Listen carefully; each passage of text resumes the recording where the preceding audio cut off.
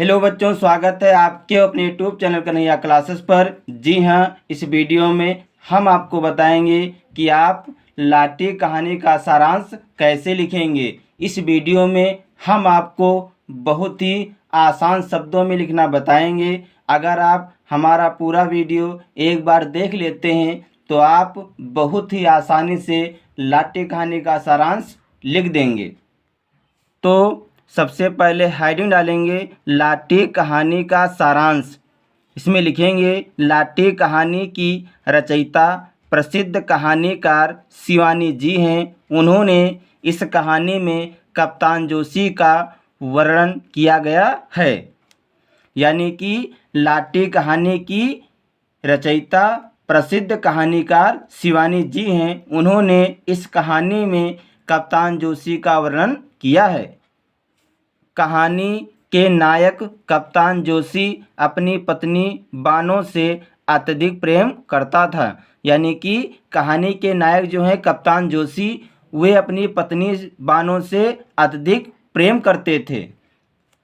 विवाह के तीसरे दिन बाद ही कप्तान जोशी को युद्ध के लिए बसरा जाना पड़ा। तब बानो सिर्फ 14 वर्ष की थी। यानी कि कप्तान जोशी जो थे फौज में थे। उन्हें विवाह के 3 दिन बाद ही कप्तान जोशी को युद्ध के लिए बसरा जाना पड़ा। तब बानो सिर्फ 16 वर्ष की थी। अपने पति की अनुपस्थिति में बानो ने अपनी नंदों के ताने सुने, भतीजों के कपड़े धोए आदि उसे मानसिक पीड़ा दी गई। यानी कि जब कप्तान जोशी युद्ध के लिए बसरा चले जाते हैं तब बानो 16 वर्ष की थी। अपने पति की अनुपस्थिति में बानो ने अपनी नंदों के ताने सुने, भतीजों के कपड़े धोए आदि उसे मानसिक पीड़ा दी गई। उसका पति जापानियों द्वारा कैद कर लिया गया और वह कभी नहीं आएगा। यानी कि कप्तान जोशी जो था वो जापानियों द्वारा कैद कर लिया गया था और वह कभी नहीं आएगा। इन सब कारणों से बानो निरंतर घुटती रही और फिर बानो क्षय रोग से पीड़ित होकर चारपाई पकड़ लेती है। जब कप्तान जोशी 2 वर्ष बाद लौटकर घर वापस आता है तो उसे पता चलता है कि घरवालों ने बानो को क्षय रोग होने पर सैनेटोरियम अस्पताल भेज दिया। यानी कि कप्तान जोशी जब 2 साल के बाद घर लौट के आते हैं तो उन्हें पता चलता है कि घरवालों ने बानो को क्षय रोग होने के कारण सैनेटोरियम अस्पताल भेज दिया है। वह दूसरे ही दिन वहां पहुंच गया। उसे देखकर बानो के बहते आंसुओं की धारा ने 2 साल के सारे उल्हने सुना दिए। सैनेटोरियम के डॉक्टरों ने बानो की मौत नज़दीक आने की स्थिति में कमरा खाली करने का नोटिस दे दिया। बानो समझ गई कि सैनेटोरियम छोड़ने का नोटिस मिल गया है, जिसका अर्थ यह है कि अब वह नहीं बचेगी। कप्तान जोशी देर रात तक बानो को बहलाता रहा। जब कप्तान को लगा कि बानो सो गई है तो वह भी सो जाता है।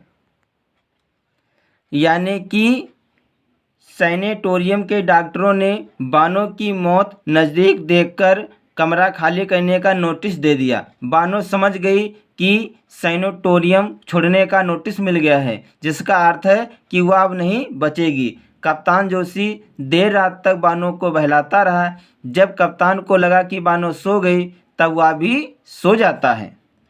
अब इसके आगे लिखेंगे सुबह उठने पर जब बानो पलंग पर नहीं मिली, फिर दूसरे दिन कप्तान जोशी को नदी के घाट पर बानो की साड़ी मिली। कप्तान को जब लाश भी नहीं मिली तो उसने समझा बानो नदी में डूबकर मर गई। यानी कि जब कप्तान जोशी सुबह उठते हैं तब बानो पलंग पर नहीं मिलती है। फिर दूसरे दिन कप्तान जोशी को नदी के घाट पर बानो की साड़ी मिली। कप्तान को जब लाश भी नहीं मिली तो उन्होंने समझा कि बानो नदी में डूबकर मर गई है।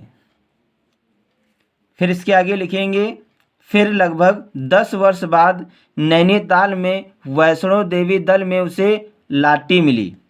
यानी कि 10 साल बाद, यानी कि कह सकते हैं लगभग 10 वर्ष बाद नैनीताल में वैष्णो देवी दल में उसे लाठी मिली तो कप्तान उसे पहचान लेता है। पता चलता है कि गुरु महाराज ने औषधियों से उसका क्षय रोग ठीक कर दिया था, लेकिन इस प्रक्रिया में उसकी स्मरण शक्ति और आवाज़ दोनों चली गई। अब इसके आगे लिखेंगे, अब ना तो वह बोल सकती थी ना किसी को पहचान सकती थी, उसका अपना अतीत याद नहीं रहता है। यानी कि गुरु महाराज ने औषधियों से उसका क्षय रोग ठीक कर दिया था, लेकिन इस प्रक्रिया में उसकी स्मरण शक्ति और आवाज़ दोनों चली जाती हैं। यानी कि ना तो बोल सकती है और ना किसी को पहचान सकती है और उसका अपना अतीत याद नहीं रहता है। इसके आगे लिखेंगे, वह वैष्णो दल के साथ चली जाती है और मेजर स्वयं को पहले से अधिक बूढ़ा और खोखला महसूस करता है। तो बच्चों, ये है लाठी कहानी का सारांश जो हमने बहुत ही आसान शब्दों में लिखकर आपको बताया है। आशा करता हूँ कि मेरा वीडियो आपको अच्छा लगेगा।